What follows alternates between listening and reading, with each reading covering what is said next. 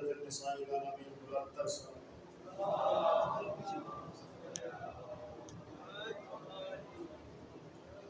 اعوذ باللہ من الشیطان اللعین الرجیم بسم اللہ الرحمن الرحیم السلام علیک یا ابا عبداللہ الحسین وعلی جد الحسین وعلی ام الحسین وعلی علی بن الحسین وعلی اولاد الحسین وعلی اصحاب الحسین ولعنۃ اللہ علی اعداء الحسین من یومنا ھذا الی یوم الحسین اما بعد قال اللہ تعالی سبحانہ کریم وهو احسن القائلین بسم اللہ الرحمن الرحیم من یطیع الرسول فقد اطاع اللہ بھیجے محمد والے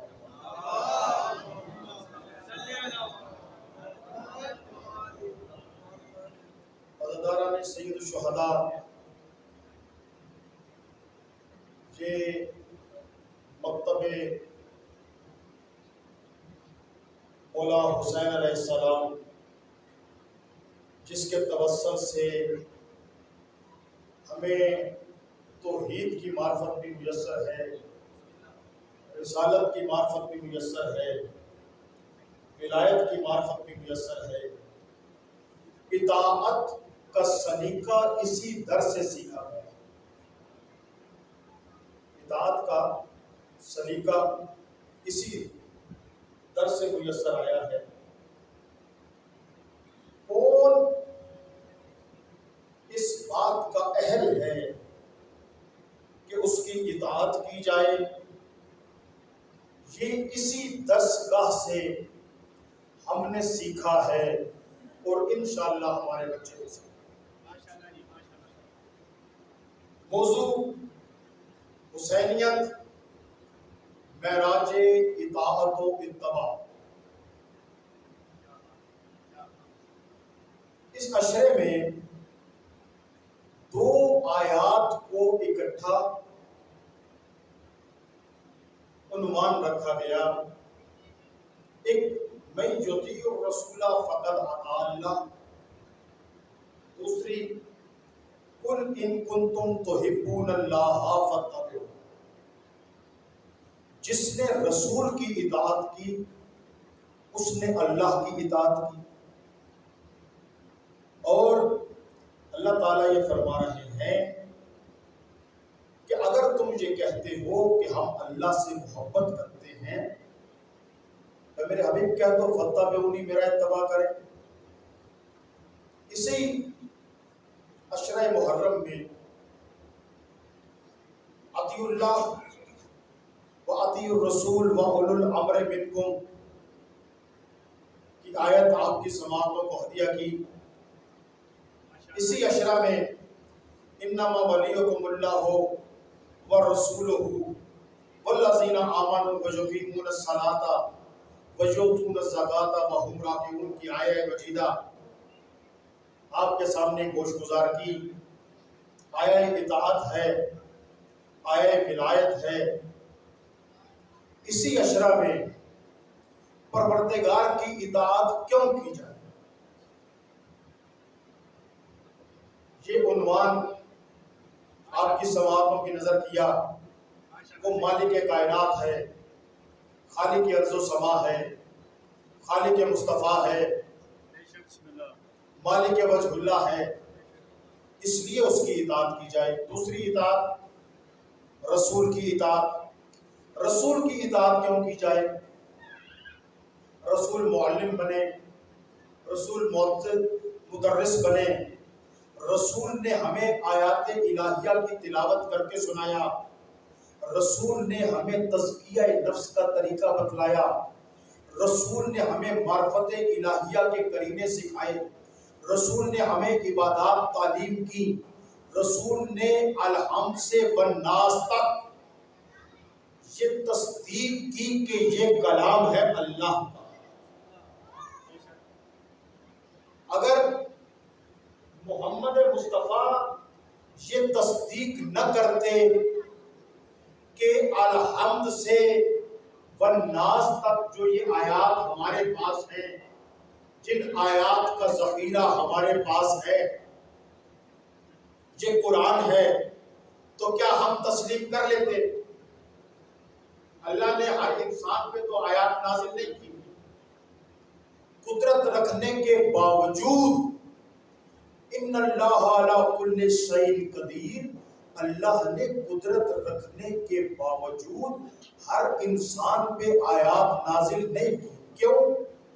اس لیے کہ پروردگار عادل ہے، اس نے آیات وہاں پہ بھیجی جو آیات کا ادراک بھی رکھتا ہے، آیات کی سمجھ بھی رکھتا ہے، اور ان کی اشاعت کرنے کا حوصلہ بھی رکھتا ہے۔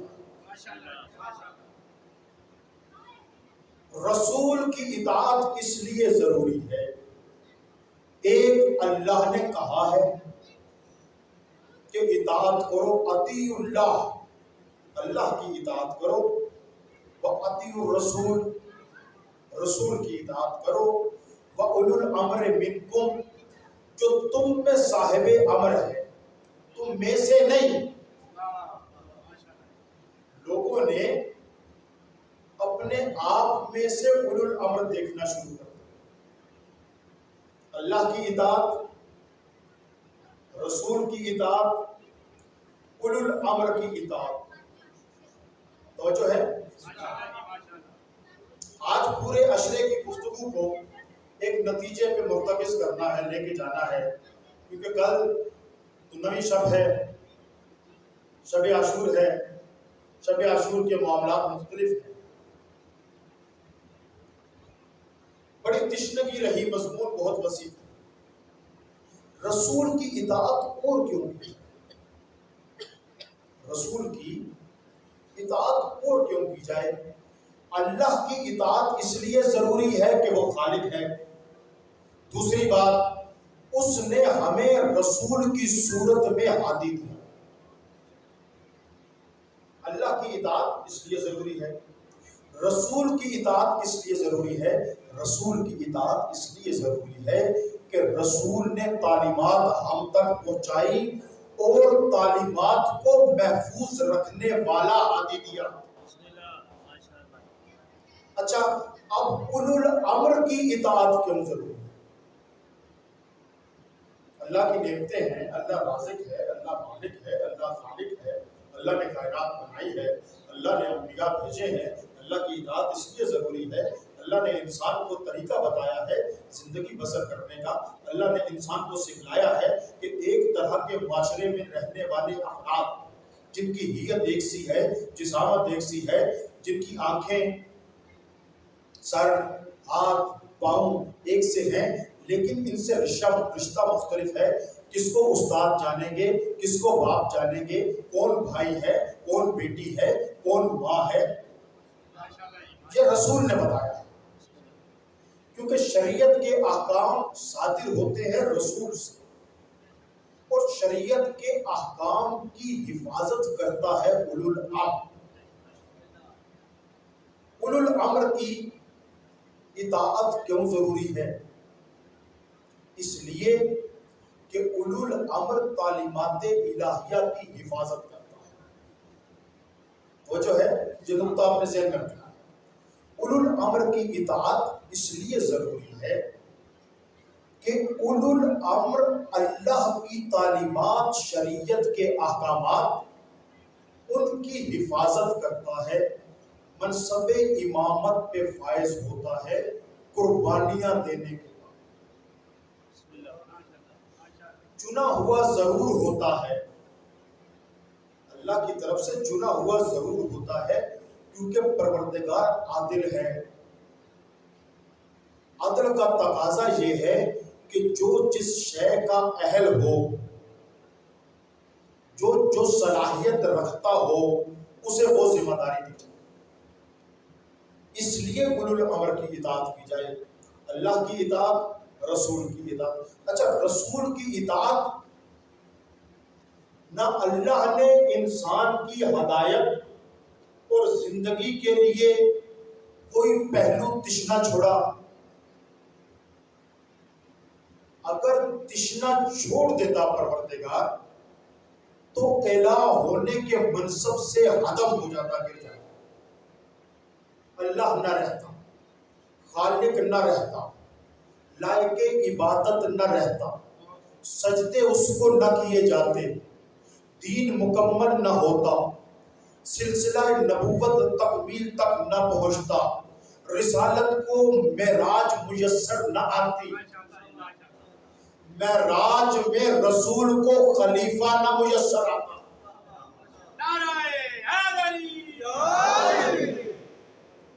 اب اطاعت رسول جیسے اللہ نے اپنی ربوبیت کو مکمل طور پہ بلا کم و کاست بغیر کسی کمی کے اپنی ربوبیت، اپنی رحمت، اپنے کرم سے اپنی مخلوق کے لیے ہر شے کامل بھیجی، قرآن کامل بھیجا، رسول کامل بھیجا، رزق کامل بھیجا، انسانوں کے لیے علیحدہ رزق، حیوانوں کے لیے علیحدہ رزق، حشرات کے لیے علیحدہ رزق، قبر کے لیے علیحدہ رزق، ہوا کے لیے علیحدہ رزق، عقل کے لیے علیحدہ رزق، ہر شے کو سیٹسفائی کر دیا، مکمل کر دیا، کوئی پیاسا نہ رہے، کوئی بھوکا نہ رہے، وہ الہ اس لیے ہے۔ اسی طریقے سے اس نے اللہ دکھائی نہیں دیتا، اللہ کا اتباع کیسے کیا جائے، تو اس نے اپنی اطاعت رکھی، رسول کا اتباع رکھا، اور رسول کی اطاعت بھی رکھی۔ موضوع ذہن میں رکھیے، کیا موضوع ہے؟ حسینیت، معراج اطاعت و اتباع۔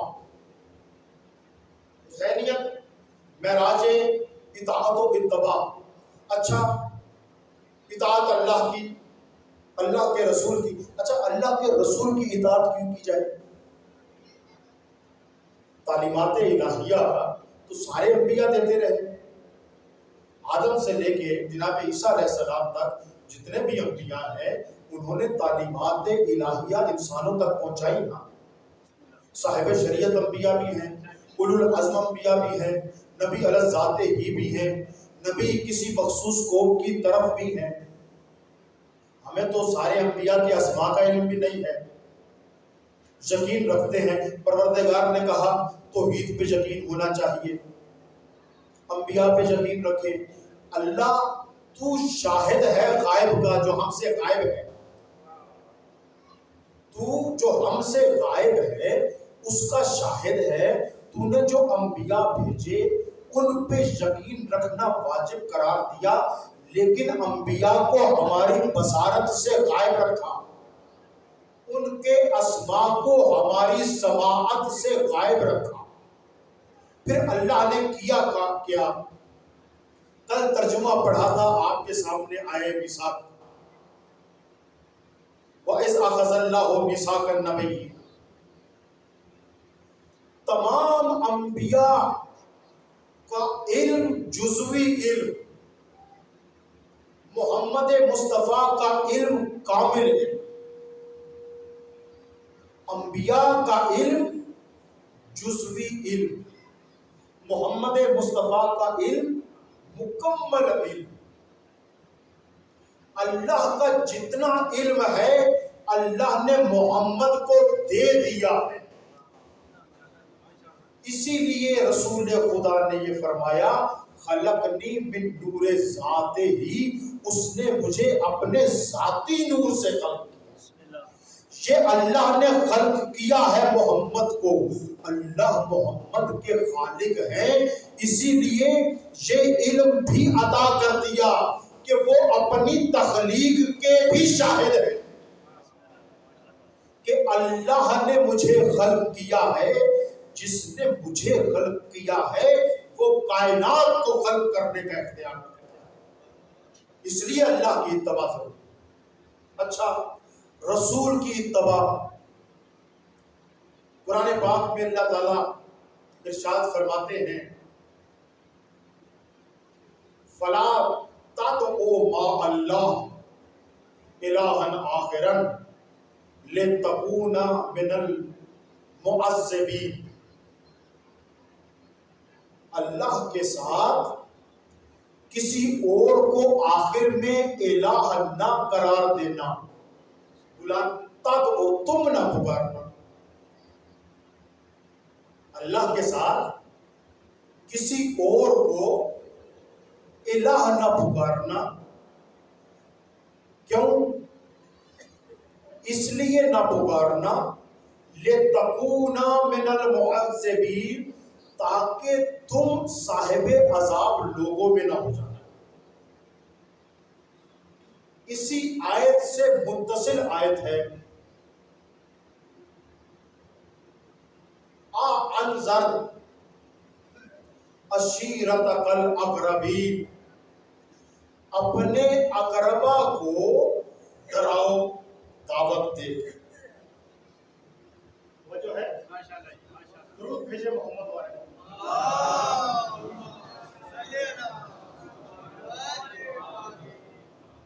کیا کوئی انسان یہ خیال کر سکتا ہے کہ رسول الہ کے ساتھ آخر میں کسی اور کو الہ پکارے گا؟ اللہ تعالیٰ فلا تد، تم نہ بلانا ما اللہ الہن آخرن، کسی کو اللہ کے ساتھ الہ نہ بلانا. کیا وہ جو لائق اطاعت ہے، جسے اللہ نے لائق اطاعت قرار دیا ہے، وہ اللہ کے ساتھ کسی اور کو الہ پکار سکتا ہے؟ پکار سکتا ہے؟ نہیں پکار سکتا. الہ اللہ کا نام نہیں ہے، الہ اللہ کی صفت ہے. الہ اللہ کی صفت ہے. سورہ مبارکہ یہ آیت ذہن میں رکھیں جہاں پہ اللہ یہ کہہ رہا ہے کہ تم اللہ کے ساتھ کسی اور کو الہ نہ پکارنا، تاکہ تم کہیں معذبین میں سے جن پہ عذاب نازل کیا گیا ان میں نہ ہو جانا. اب سورہ مبارکہ انفال میں اللہ تعالیٰ فرما رہے ہیں کہ اے محمد ان پہ میں عذاب اس لیے، 8ویں آیت ہے سورہ انفال کی، کہ میں ان پہ عذاب اس لیے نازل نہیں کر رہا کہ تم ان میں موجود ہو. توجہ ہے؟ آج تھوڑا سا میرے ساتھ چلیں، آج تھوڑا سا میرے ساتھ.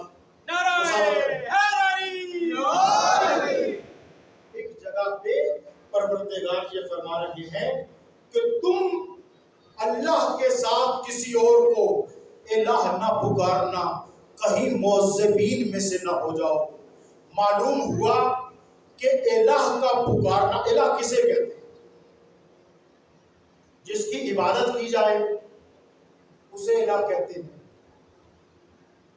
معبود، اللہ کے ساتھ کسی اور کو معبود نہ بنانا. جو ہے کہیں تم معذبین میں سے نہ ہو جانا، ان میں سے نہ ہو جانا جن پہ عذاب نازل ہوا. سورہ مبارکہ انفال میں اللہ تعالیٰ کہہ رہے ہیں کہ اے میرے حبیب ان پہ عذاب اس لیے نازل نہیں کر رہا کہ تو ان میں موجود ہے. جہاں رسول ہو وہاں پہ چاہے امت میں جناب نوح کی امت کے خبائث ہوں، جناب عیسیٰ کی امت کے خبائث ہوں، جناب لوط کی امت کے خبائث ہوں، اللہ یہ کہہ رہا ہے نا کہ اے میرے حبیب تو ان میں ہے اس لیے عذاب نہیں بھیج رہا. اس سے یہ بات طے ہو گئی جو لوگ کہتے ہیں نا کہ اللہ نے جس رسول کی اطاعت واجب کی تھی وہ رسول دنیا سے چلا گیا، وہ رسول مر گیا.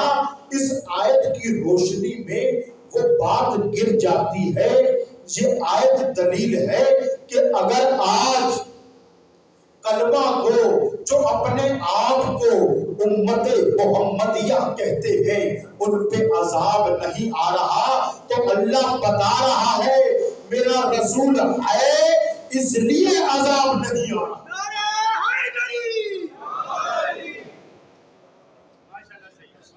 میرا رسول ان میں موجود ہے.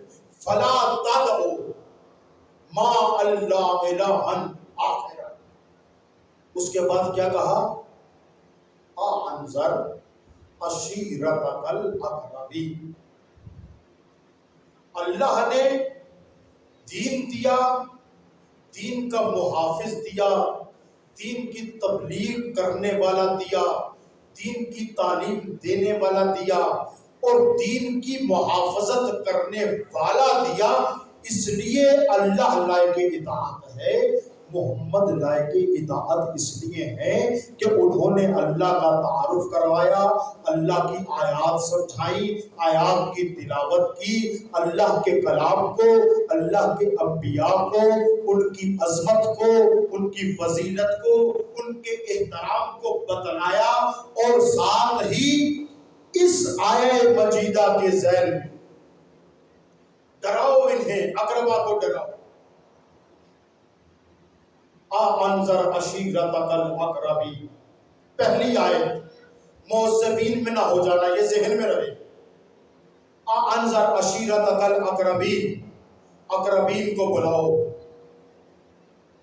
اقربین کو بلاؤ۔ اقربا کون تھے؟ چوتھی مجلس میں اس کا اجمالاً ذکر کیا، درود پڑھے محمد والے۔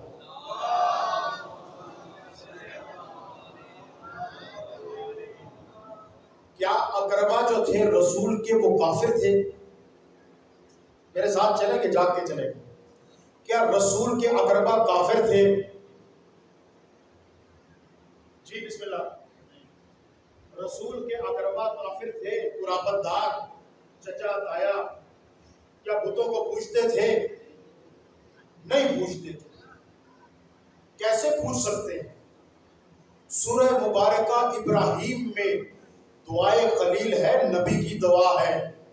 نبی کہہ رہے ہیں کہ پروردگار یہاں پہ اپنی نعمتیں بھی نازل کرنا، اس شہر کو آباد بھی رکھنا، اور میری اولاد میں کوئی بت پرست نہ رکھنا۔ اب جو کعبے کے ارد گرد آباد ہیں، آیت کے مطابق وہ بت پرست نہیں ہے، آیت کے مطابق وہ بت پرست نہیں ہے۔ اگر آپ یہ کہتے ہیں کہ ابو جہل ابراہیم کی اولاد میں سے بت پرست تھا تو یہ غلط، ابو لہب ابراہیم کی اولاد میں سے بت پرست تھا، یہ غلط۔ اچھا، اگر ابو جہل اور ابو لہب ابراہیم کی اولاد میں ہو کے بت پرست نہیں تھے تو کیا تھے؟ مشرک تھے۔ توجہ ہے؟ بت پرست نہیں تھے، موحد تھے، لیکن مشرک تھے۔ اچھا، یہ تمام لوگ جو مکہ کے مضافات میں کعبے کے ارد گرد رہتے تھے، یہ اللہ کو مانتے تھے، پتہ کیسے چلے گا؟ ہمیں بھی تو پتہ چلے نا۔ لَئِن سَأَلْتُمْ، ان سے پوچھو، ما خلق السماوات والارض، کس نے آسمانوں کو بنایا، کس نے زمینوں کو بنایا؟ لِيَقُولُنَّ اللہ، تو یہ کہیں گے، وہ کہیں گے اللہ نے۔ لَئِن سَأَلْتُمْ ما خلق السماوات والارض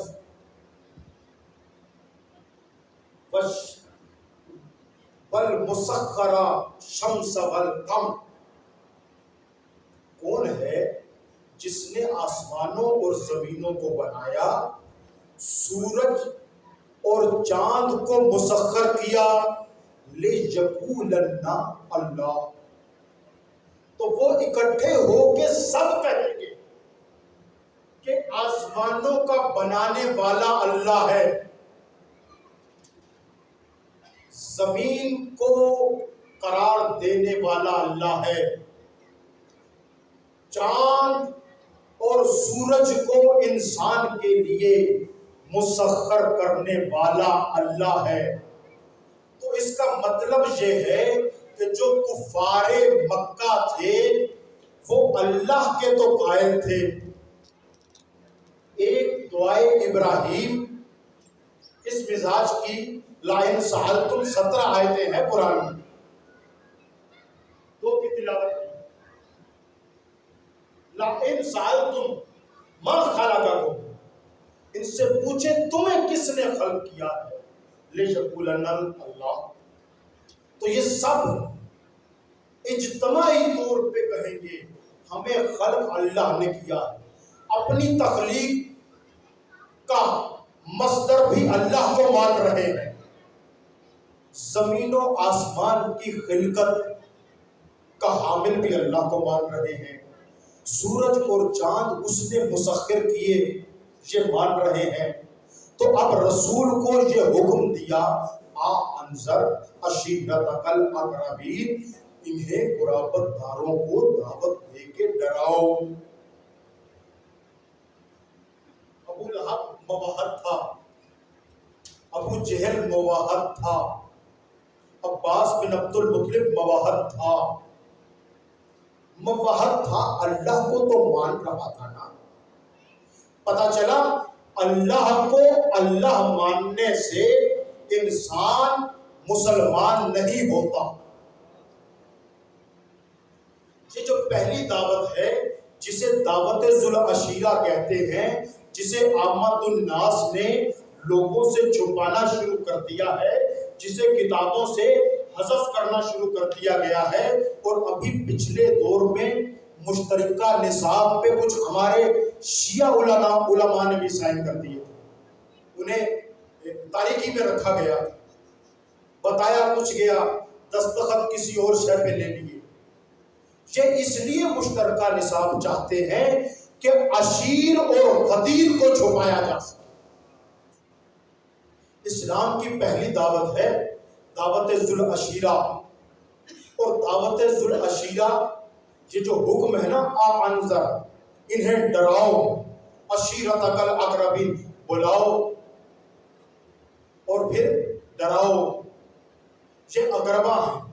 اس سے پہلی آیت میں کہا گیا ہے فلا تدعوا مع اللہ، نہ تم بلانا، آواز دینا اللہ کے ساتھ الہًا آخرہ، کسی اور کو آخر میں الہ کی صدا نہ دینا. جو مشرکین مکہ ہیں وہ کسی اور کو تو الہ مانتے ہی نہیں. توجہ ہے، توجہ ہے. انشاءاللہ تعالیٰ خوبصورت نتیجہ آئے گا. درود بھیجے محمد والے محمد.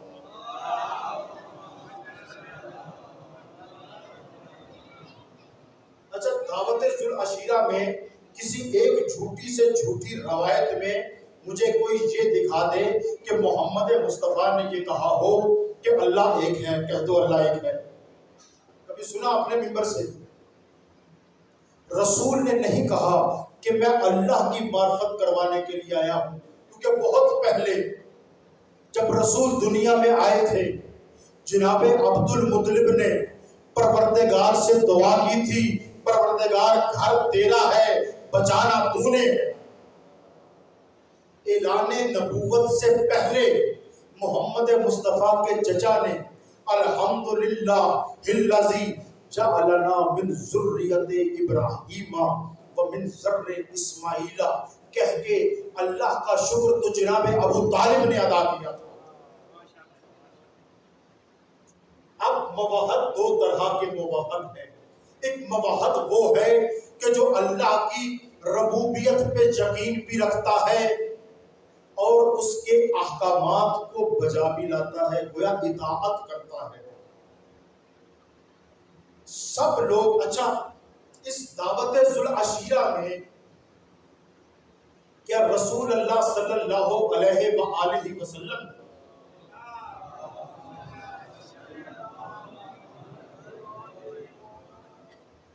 اپنے نبی ہونے کی تبلیغ کی کہ میں نبی ہوں، مجھے نبی مانو؟ ایسا ہے؟ بھائی محمد کا تو انتظار کر رہے تھے. جو عیسائی تھے وہ اپنی کتب کی روشنی میں محمد کا انتظار کر رہے تھے. جو یہودی تھے وہ اپنی کتب اور راہبوں کی تعلیمات کی روشنی میں محمد کا انتظار کر رہے تھے. جو آل ابراہیم تھی وہ بھی محمد کی منتظر. انہیں پتہ نہیں تھا کہ یہ رسول ہے. کیا ساری دنیا نے، یہودی راہب نے رسول کے اوپر بادل کو چلتے دیکھا، اشجار کو جھکتے دیکھا، یہودی راہب نے یہ معجزے دیکھ کے جناب ابو طالب نگہبان رسالت سے یہ کہا کہ انہیں واپس لے جاؤ، ان میں نبوت کی ساری نشانیاں ہیں، تو نے سفر میں دیکھا، تجھے سمجھ میں آ گیا، جنہوں نے گھر میں دیکھا انہیں نہیں پتا تھا۔ جو انتظار کر رہے تھے جناب ابراہیم علیہ السلام کے دور میں سے، وَفِدَيْنَهُ بِذِبْحٍ عَظِيمٍ، اسماعیل کی قربانی کو موخر کر دیا گیا، ذبح عظیم سے منتقل کر دیا گیا، منقلب کر دیا گیا۔ انہیں نہیں پتا تھا، معلوم ہوا اللہ کے ماننے والے تھے، اللہ کی ربوبیت کا اعلان نہیں تھا۔ دعوت ذوالعشیرہ پہلی دعوت اللہ کی ربوبیت کا اعلان نہیں تھا۔ اچھا پھر کیا تھا؟ رسالت کا اعلان تھا؟ نہیں، رسالت کے تو منتظر بھی تھے، یہودی بھی تھے، نصرانی بھی تھے، عیسائی بھی تھے، دین حنیف پہ عمل کرنے والے بھی محمد کے منتظر تھے۔ ایسا ہی ہے نا، اللہ کو مانتے ہیں، وہ خالق ارض و سما ہے۔ درود بھیجیں محمد والے محمد۔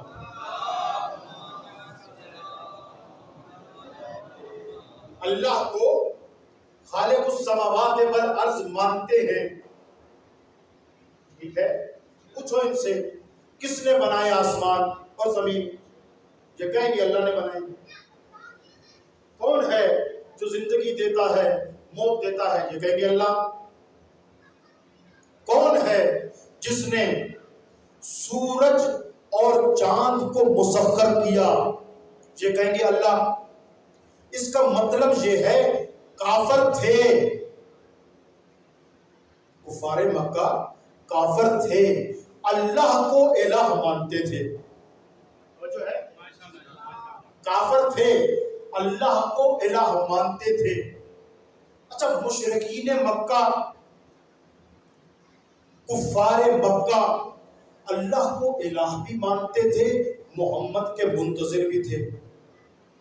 نہ صرف دین حنیف پہ قائم مباحث مکہ میں رہنے والے اللہ کے رسول کے منتظر تھے، بلکہ عیسائی، یہودی، نصرانی رسول کے منتظر بھی تھے، رسول کو گزند بھی پہنچانا چاہتے تھے۔ تو پھر یہ مشرکین مکہ کیوں تھے؟ دو اعلان ذہن میں رکھنے، اولو الامر کی اطاعت کیوں ضروری ہے؟ یہاں تک اشیر کو ذہن میں رکھیں۔ اشیر کے بعد ایک وقت گزر گیا، طویل وقت گزر گیا۔ اشیر کے بعد ہی تو وہ موقع آیا نا کہ جس موقع پہ رسالت مآب صلی اللہ علیہ وآلہ وسلم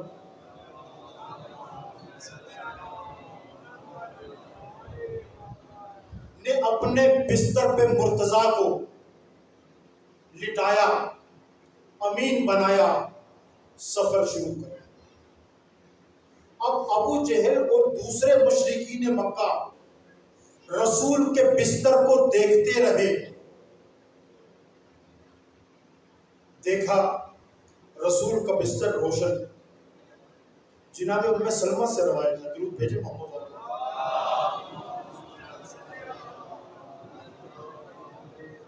کہ ایک مرتبہ رسالت پناہ نے اپنے ناخن تراشے اور مجھے دے دیے، میں نے وہ رومال میں ناخن اپنے کمرے میں رکھ چھوڑے، رات کو جب اپنے حجرے میں گئی تو روشن تھا، میں نے غور کیا تو وہ رومال روشن تھا جس میں رسول کے ناخن، جو پہلے حاکم وقت کی بیٹی ہے، ام المومنین میں جن کا شمار ہے، وہ یہ کہتی ہیں کہ جب سوئی سلائی کڑھائی کرتی تھی نا، کہ جب کبھی سوئی گر جاتی تھی، ملتی نہیں تھی، تو ہم رسول خدا کو بلا لیتے تھے۔ تو اب دیکھا یہ مشرکین مکہ نے، کفار مکہ نے یہ دیکھا کہ جو بستر پہ ہے وہ بستر روشن ہے، روشنی چادر سے چھن کے باہر آ رہی ہے۔ نہیں محمد محمد. اب پھر جب کافی دیر تک کوئی حرکت نہ ہوئی، جسامت بھی وہی، نور بھی وہی، تو اب ابو جہل نے کہا غور کرو ان کا سایہ ہے، غور کرو ان کا سایہ نہیں، سایہ نہیں ہے.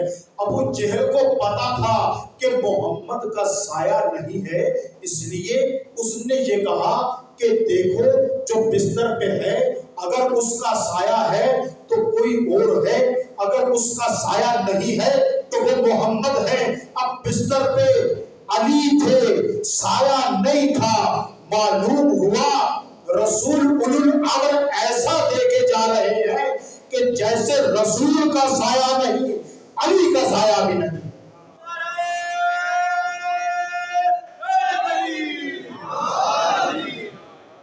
یہ سارے کے سارے پروردگار کے نور، یہ سارے کے سارے. ابھی اشیر پہ ہوں میں، ابھی غدیر پہ نہیں پہنچا، جلدی پہنچ. باقی قبلہ بتائیں. اشیر سے غدیر. اب اس اشیر میں جو اعلان رسول نے کیا، پہلی عام دعوت، کون ہے جو میری مدد کرے گا؟ اچھا، رسول فرماتے ہیں کہ یہ قرآن اللہ کا کلام ہے، اس میں سورہ نجم بھی ہے، وما ينطق عن الهوى ان هو الا وحی یوحی. اب وہ رسول کہہ رہے ہیں جو میری مدد کرے گا. یا ایھا الذین آمنوا کونوا انصار اللہ، اللہ کے مددگار بن جاؤ.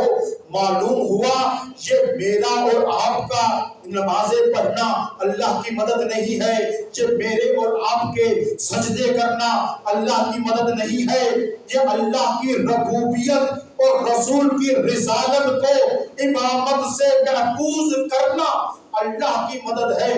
جبھی تو رسول نے کہا نا کون ہے جو میری مدد کرے گا.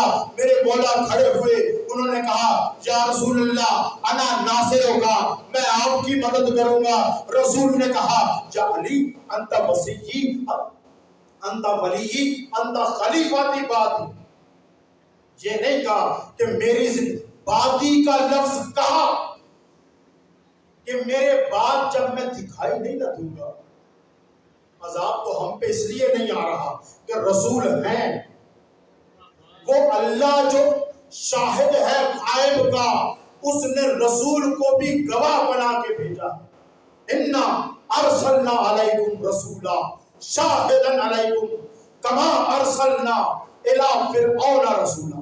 تمہاری طرف رسول بھیجا ہے جو گواہ ہے تم پہ. اللہ بھی شاہد، رسول بھی شاہد. تو اب جسے لائق اطاعت بنانا ہے وہ ولی بھی تو شاہد ہوگا، وہ ولی بھی تو شاہد ہوگا. اسی لیے تو میرے مولا نے کہا کہ رسول خدا نے مجھے علوم ایسے دیے جیسے چڑیا اپنے بچے کو زبکن زبکا، کبوتر اپنے بچے کو رزق دیتا ہے. علم ایسے دیا، بلا کم و کاست دیا، امین بنا کے دیا. اب یہی جب فتح مکہ ہو گئی، اس بات پہ بھی آتے ہیں مشرک کون ہوتا ہے. اب پھر غدیر کے بعد آتے ہیں. بڑی طویل گفتگو ہے، موضوع کو سنبھالا نہیں جا سکتا. حج کر لیا، مدینے کی طرف رخصت ہوئی، مقام غدیر خم پہ روک لیا. مقام غدیر خم پہ روکنے کے بعد سب لوگوں کو بلایا، اکٹھا کیا. اکٹھا کرنے کے بعد رسول نے خطبہ دیا. تمام تقدیسیں اور بلندی ہے پروردگار کے جو وحدہ لا شریک ہے، جس نے مجھے اپنے عبد کو منصب رسالت پہ فائز کیا. طویل خطبہ ہے، چند لائنیں، چند سطریں. شک اللہ میرا مولا ہے، بے شک اللہ میرا مولا ہے، میں تمہارا مولا ہوں۔ اس اعلان سے پہلے ایک انتباہ بھی کیا محمد نے، اور وہ انتباہ یہ تھا کہ دیکھو جو آج کے دن کے اعلان کا منکر ہوگا وہ ایسا ہی مشرک ہوگا جیسے زمانہ جاہلیت میں مشرک تھا۔ اب نتیجے پہ آپ کیا کریں گے مجھے نہیں پتا، میرا دل تو نتیجے سے جھوم رہا ہے، کیونکہ اللہ نے مسلمان انسان کو نمازوں اور روزوں کے نتیجے میں نہیں بنایا یہ جنت میں جائے گا، یہ نمازی ہے۔ اچھا نمازیں تھی نہیں، اصحاب کہف نے کون سی نمازیں پڑھی؟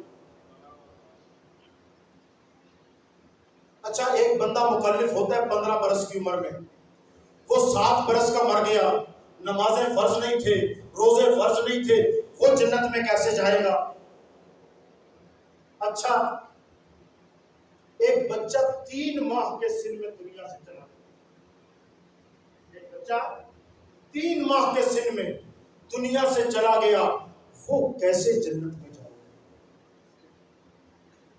صاحب فکر علماء اور اکابرین نے کہا ہے کہ اسے میدان حشر میں ایک ایسے رستے میں چھوڑ دیا جائے گا، ایک جہنم کی طرف جا رہا ہوگا، ایک جنت کی طرف جا رہا ہوگا۔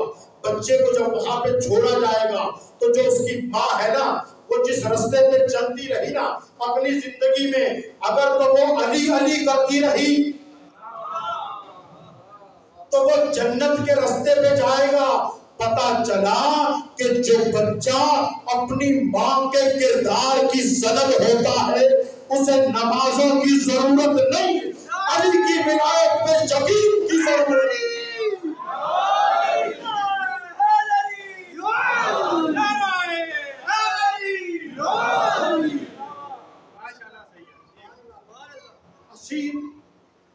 آگے غدیر جو آج کے پیغام کا منکر ہوگا، جو اس بیعت کو توڑے گا، وہ ایسے ہی مشرک ہے جیسے زمانہ جاہلیت میں مشرک تھا، پھر کہا اللہ میرا مولا ہے، میں تمہارا مولا ہوں۔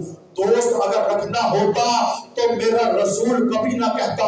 امام احمد بن حنبل نے اپنی کتاب میں تحریر کیا ہے، میرے رسول نے کہا اولا بانفسکم، میں تمہارے نفسوں سے بلند ہوں، بتلا دیا اللہ مجھ سے بلند ہے، میں تمہارے نفسوں سے بلند ہوں جیسا تمہارے نفسوں سے میں بلند ہوں۔ فمن کنت مولا ہو فہذا علی مولا۔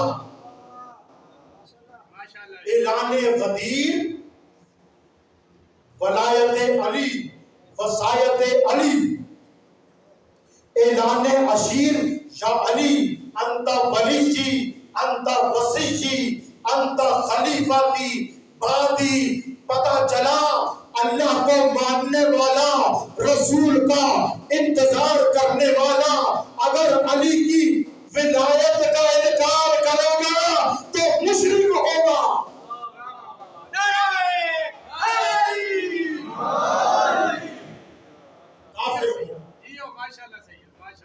اب دیکھیں رسول کے سامنے سب اللہ کو ایک ماننے والے، حسین منی وانا من الحسین، تو جس اطاعت کے لیے اللہ نے کہا وہ اولو الامر علی ابن ابی طالب، جن کی اطاعت کرنی ہے، اشاروں میں بتایا۔ لیکن دیکھیں رسول نے پھر آگے جن کی اطاعت اور اتباع کرنا ہے ان کا بھی کرنا۔ رسول کی حدیث ہی ہے، حسین سفینہ نجات ہے، رسول نے بتایا حسین کا اتباع کرو گے نجات پاؤ گے، تمہاری زندگیاں روشن ہو جائیں۔ رسول کے مقابل جو مشرکین و کفار تھے اللہ کو مانتے تھے، قرآن کہہ رہا ہے، ابراہیم کی دعا ہے، اللہ کو مانتے تھے، نمازیں واجب نہیں تھی، لیکن کعبے کا حج کرتے تھے، طواف کعبہ کرتے تھے، دین حنیف پہ قائم ہونے کا دعویٰ بھی کرتے تھے۔ اچھا، حسین کے مقابل جو تھے وہ بھی اللہ کو مانتے تھے۔ حسین منی وانا من الحسین، یہ رسول نے ویسے نہیں کہا، یہ بتلایا ہے رسول نے کہ جیسے لا الہ الا اللہ محمد رسول اللہ، جیسے اشہد ان لا الہ الا اللہ وحدہ لا شریک لہ واشہد ان محمدا عبدہ ورسولہ میں رسول کا احترام ہے، ویسے ہی حسین کا احترام۔ اسی لیے رسول نے یہ کہا اللہم والا من والا و آدا من آدا۔ اب دیکھیں دشمن بھی ایک جیسے، رسول کا دشمن مباحد، رسول کا دشمن کعبے کا طواف کرنے والا، رسول کا دشمن اللہ کی عظمت کو ماننے والا۔ اب جو حسین کے دشمن تھے، ذرا لشکر اشقیاء پہ نظر دو۔ حسین کا دشمن بھی اللہ کو ایک مان رہا ہے، چاہے وہ سن 61 ہجری میں مان رہا تھا، چاہے آج مان رہا ہے۔ رسول کا دشمن اس وقت بھی رسول کو خود جیسا کہتا تھا، آج بھی اپنی کتابوں میں رسول کو خود جیسا کہہ رہا ہے۔ 61 ہجری میں بھی رسول کی عصمت اور عطرت کا انکار کرنا۔ اب اتباع کس کا کرنا ہے؟ جس کا اتباع اللہ نے کہا ہے۔ اللہ نے رسول کا اتباع کیا ہے، رسول نے حسین منی و انا من الحسین کہا، تو حسین کا اتباع کیا جائے گا تو اللہ کی اطاعت ہو جائے۔ اسی لیے اطاعت اور اتباع حسینیت کی معراج ہے۔ حسین نے کیسے اطاعت کی ہے، حسین نے کیسے اتباع کیا؟ بس کربلا آ گئی، آج کی شب ہے، 7 کا دن گزر گیا، یہ دن منسوخ ہے۔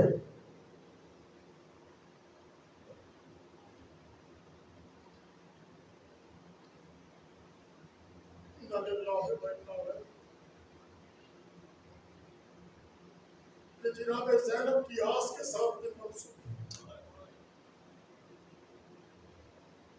اس شخصیت کے ساتھ دن منسوخ ہے۔ مولا حسین کو پیاس بڑی لگتی تھی، نیند میں پانی مانگا کرتے تھے۔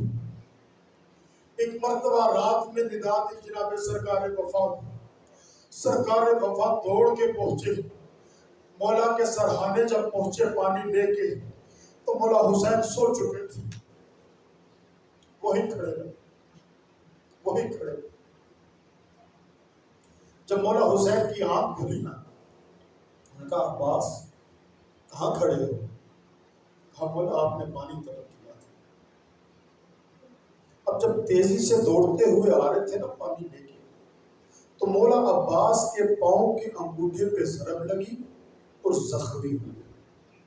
جب سرکار نے پوچھا نا یہ تیرا پیر کیسے زخمی ہوا، بی بی زینب نے بتایا، تو میرے مولا حسین نے کہا ہے عباس ایک وقت وہ بھی آئے گا کہ جب میں کہوں گا آئینہ آئینہ یا عباس، اے عباس تو کہاں ہے، تو نہیں آئے گا۔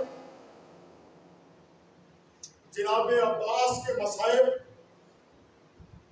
نام ہی کافی ہے جناب عباس کا، کیونکہ جناب عباس میں بیبیوں کی رضا کا محافظ ہے، بیبیوں کی امید ہے۔ جناب عباس کے نام میں بالی سکینہ کے ساتھ وہ جو کمسن بچے ہیں ان کی پیاس ختم ہونے کی کوئی امید ہے۔ جناب عباس کے نام میں اس فتح کی امید ہے کہ جس فتح کا لوگ سوچ رہے تھے، لیکن اللہ جانے جب جناب عباس، علماء مقاتل لکھتے ہیں کہ جب جناب عباس بی بی کے خیمے سے باہر نکلے نا، بڑے تیار تھے، زرہ پہنی ہوئی تھی، خود لگائی ہوئی تھی، تلوار پکڑی ہوئی تھی، نیزہ پشت کمر پہ تھا، جب باہر نکلے نا تو مولا حسین نے جناب عباس کو دیکھا، جناب عباس کو دیکھ کے مقدر عصمت کے خیمے میں لے گئے، مولا کی زرہ اتاری، مولا سے تلوار لی، مولا سے خود لی۔ بی بی زینب نے کہا کہ کہاں بھیج رہے ہو؟ اس کو جنگ کے لیے بھیج رہے ہو یا قتل ہونے کیوں؟ اجرکم اللہ، تھوڑا سا ساتھ دیں گے میرا، تھوڑا سا ساتھ دیں گے۔ بی بی مولا عباس کو لے کے بڑے خیمے میں آئی، جہاں روایات کے مطابق 50 سے زیادہ بیبیاں تھیں۔ بی بی نے آگے کہا کہ اے بیبیو، میں تم سے اپنا عہد واپس لیتی ہوں، میں نے جو کہا تھا نا کہ تمہاری چادر کی میں ذمہ دار ہوں، میں اپنا وعدہ واپس لیتی ہوں۔ میرا عباس مقتل کو جا رہا ہے۔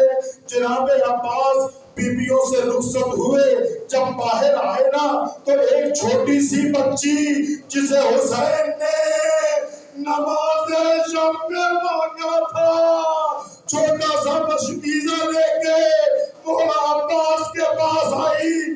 مشکیزہ سرکار وفا کو تھمایا، مولا حسین نے اپنی بیٹی کو اٹھایا، سینے سے لگایا، پوچھا بیٹا چچا کو کہاں بھیج رہی ہو؟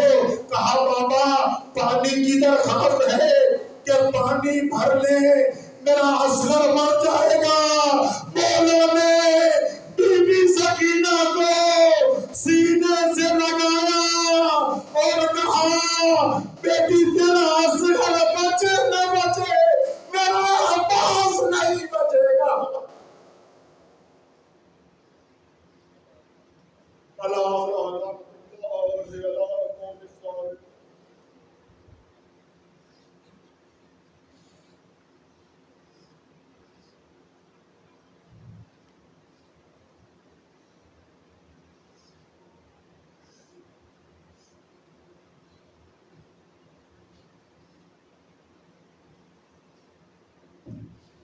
گرامی، اس سے قبل کہ میں قبلہ کو ممبر پہ آنے کی دعوت دوں، ایک دو اعلانات سماعت فرمائیے۔ کل دن 11 بجے لوگ پہاڑیہ میں جلوس سے سرکار وفا برآمد ہو کر جناب ایسا ہی گلڈر صاحب کے گھر سے، جو کہ اپنے مقررہ راستوں سے ہوتا ہوا امام بارگاہ میں اتفاق پذیر ہوگا۔ ایک عشرہ ثانی لیڈیز کا بارہا میں پہلے بھی اعلان کر چکا ہوں۔ اس میں ابو تراب